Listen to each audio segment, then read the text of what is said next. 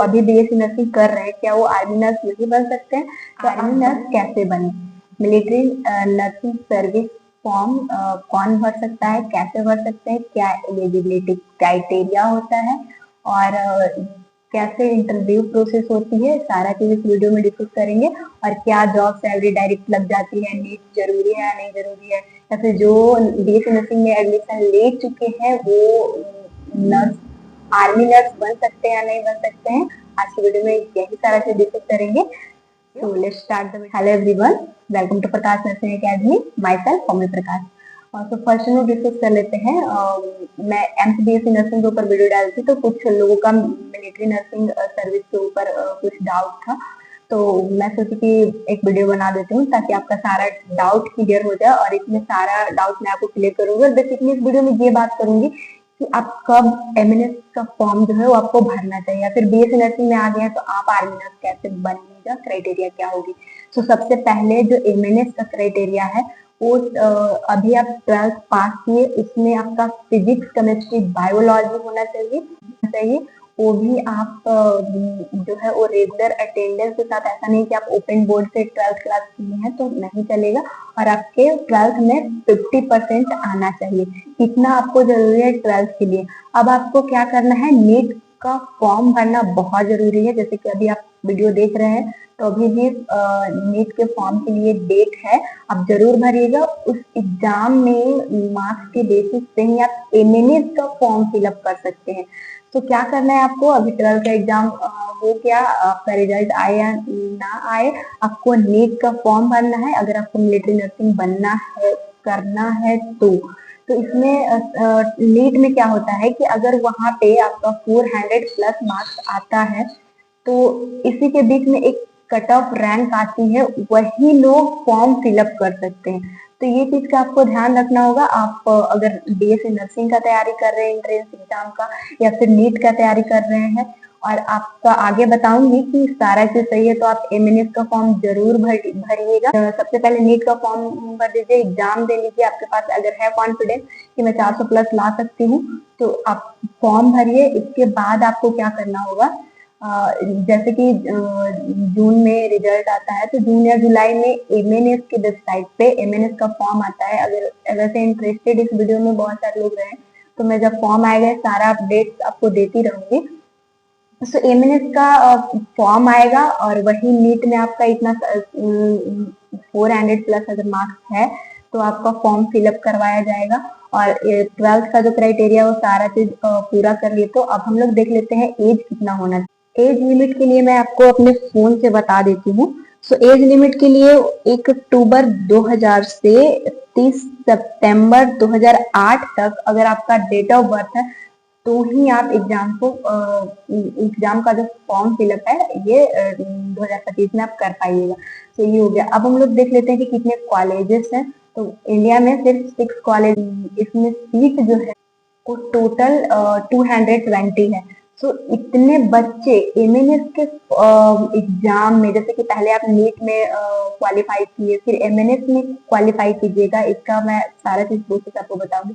Interview में आप select होइएगा तो वो 220 सीट पे जो बच्चे जाते हैं वो 4 साल के लिए बीएससी नर्सिंग कोर्स करते हैं, और डायरेक्ट उनको जो है वो मिलिट्री नर्सिंग बनाया जाता है। और वो सैलरी उनको मतलब 70 से 80 हजार मिलती है और 2 लाख तक करीब करीब जाती है। तो ये हो गया। तो अब हम लोग देखते हैं कि वो जो एमएनएस का फॉर्म जब आपका फिलअप हो जाएगा, सेलेक्ट हो जाएगा, तो उसमें जो है एग्जाम कैसे होता है। तो 30 मिनट का टाइम आपको मिलता है और 80 मार्क्स का क्वेश्चन होता है। और क्वेश्चन का नंबर कितने होते हैं, तो 4 क्वेश्चन और 80 नंबर आपको मिलेगा। बेस जो है वो उसमें ये इंग्लिश का होगा, और बेस जो वो जनरल नॉलेज एंड रीजनिंग से होगा। जनरल नॉलेज में करंट अफेयर आपसे पूछ सकता है।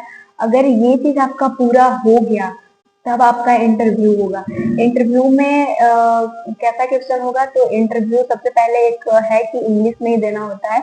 इंग्लिश में अगर आप देते हैं तो अच्छा इम्पैक्ट पड़ता है, लेकिन हिंदी में भी आप दे सकते हैं। इंटरव्यू में बेसिकली आपसे पूछा जाएगा कि आप नीट दे रहे थे तो नर्सिंग कैरियर क्यों चुने, और फिर आपसे डिफेंस में आप आ रहे हैं तो आपकी क्या मोटिव है, हॉबी है, ये सारा कॉमन चीज जो आपसे पूछा जाता है वैसे यूट्यूब पे ही आपको एमएनएस इंटरव्यू के बहुत सारे वीडियो मिलेंगे, वहां से आप आइडिया ले सकते हैं। यहाँ पे भी आपसे इंग्लिश के क्वेश्चन पूछे जाते हैं। फिर जो है वो साइकोलॉजिकल असेसमेंट टेस्ट होती है ये से, जिसमें भी नॉर्मल नॉर्मल सवाल होते हैं, इसमें कोई वो होता नहीं है, उसमें सेलेक्ट हो जाते हैं। नेक्स्ट आता है सबसे बड़ी बात, मेडिकल टेस्ट और हाइट। हाइट के लिए आपको 152 और कहीं कहीं पे जैसे कि कुछ एरिया के लोग भी जो छोटे होते हैं उनको 148 भी दिया जाता है। तो ये डिपेंड करता है आप कहाँ से, एक बार चेक कर लीजिएगा हाइट के लिए, लेकिन 152 कॉमन है, बेसिकली होता है सबका। और नेक्स्ट आता है कि अब मेडिकल मेडिकल चेकअप में ही ज्यादा चांसेस होती है, क्योंकि मेडिकल चेकअप में हर एक चीज, अल्ट्रासाउंड होगा, एक्सरे होगा, हीमोग्लोबिन टेस्ट होगा, ब्लड टेस्ट, हीमोग्लोबिन उसी के अंदर आता है, तो वो सारा चीज आपका होगा। तो मेक श्योर कि आपका अगर फिजिकल कंडीशन ठीक है, आप मेडिकली फिट है, तभी आप फॉर्म भरिएगा, नहीं तो पूरा मेहनत बेकार होगा, आपको बाहर कर दिया जाएगा। वैसे जब मेडिकल जो टेस्ट होता है उसमें आपका कोई रिपोर्ट जैसे एलिवेटेड आ गया, ब्लड टेस्ट में आ सकता है, तो उसमें 15 डेज का टाइम मिलता है, जिससे कि आपका अगर वो नॉर्मल चीजें हो गई तो आपको फिर से बुला लिया जाएगा, वहां पे सिलेक्शन आपका हो जाएगा। लेकिन अगर नहीं हुआ तो आप निकाल दिए जाएंगे, चाहे आपने नीट क्रैक किया, एमएनएस एग्जाम क्रैक किया, इसके बावजूद भी। तो आप फिजिकली अगर फिट है तभी आप भरिएगा, क्योंकि सारा चीज वहां पे चेक होगा और फिर आप बाहर कर दिए जाएंगे। तो ये था। और अगर आप सिलेक्ट हो जाते हैं तो 4 साल आपका सारा चीज, अगर आपका सिलेक्शन हो गया, जैसे कि 12th आपने सारा चीज कंप्लीट किया और इसके बाद आपका नीट में भी अच्छे मार्क्स है 400 प्लस, तब आप एमएनएस फॉर्म फिलअप कीजिएगा। एमएनएस का एग्जाम होगा। वैसे जब नीट का एग्जाम होता है 2-3 महीना बाद एमएनएस का एग्जाम होता है, तो अच्छा खासा जीके और जो इंग्लिश का टाइम है, नवंबर, प्रीपोजिशन, यही सब 10-12 का ही नॉर्मल सा आता है इंग्लिश, तो 3 महीना में आपको तैयारी करने का टाइम मिल जाएगा। तो अभी आप जहाँ भी नीट पे फोकस कीजिएगा, इसके बाद एमएनएस का जो तैयारी करना होगा आप कर लीजिएगा। इसके बाद आपका इंटरव्यू होगा, इंटरव्यू के बाद मेडिकल टेस्ट, सारा चीज अगर हो जाता है तो आपका सिलेक्शन होगा। सिलेक्शन होने के बाद जो है वो 4 साल आपको बीएससी नर्सिंग कोर्स करवाया जाएगा, फ्री ऑफ कॉस्ट, कुछ भी पैसा नहीं लगता है। कुछ पैसे मिलती भी है स्टाइपेंड के रूप में, 250 ऐसे कुछ, 850 पर मंथ ऐसा कुछ करके मिलता है।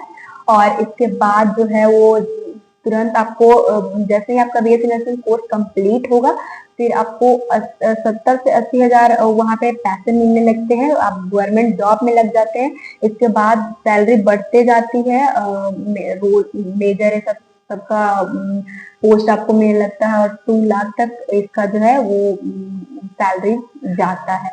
और बहुत आगे स्कोप देता है कि अगर रिटायरमेंट भी हुआ तो आपको कहीं कॉलेज में, गवर्नमेंट कॉलेज में पढ़ाने को मिलेगा, अच्छा हॉस्पिटल में नौकरी मिलेगी।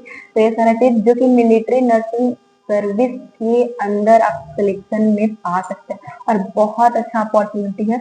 जो भी एम्स बीएससी नर्सिंग का तैयारी कर रहे हैं, नीट का तैयारी कर रहे हैं, या फिर ऐसे नॉर्मल किसी नर्सिंग का तैयारी कर रहे हैं, तो आप ये फॉर्म जरूर भरिएगा, डायरेक्ट अपॉर्चुनिटी है आपके लिए।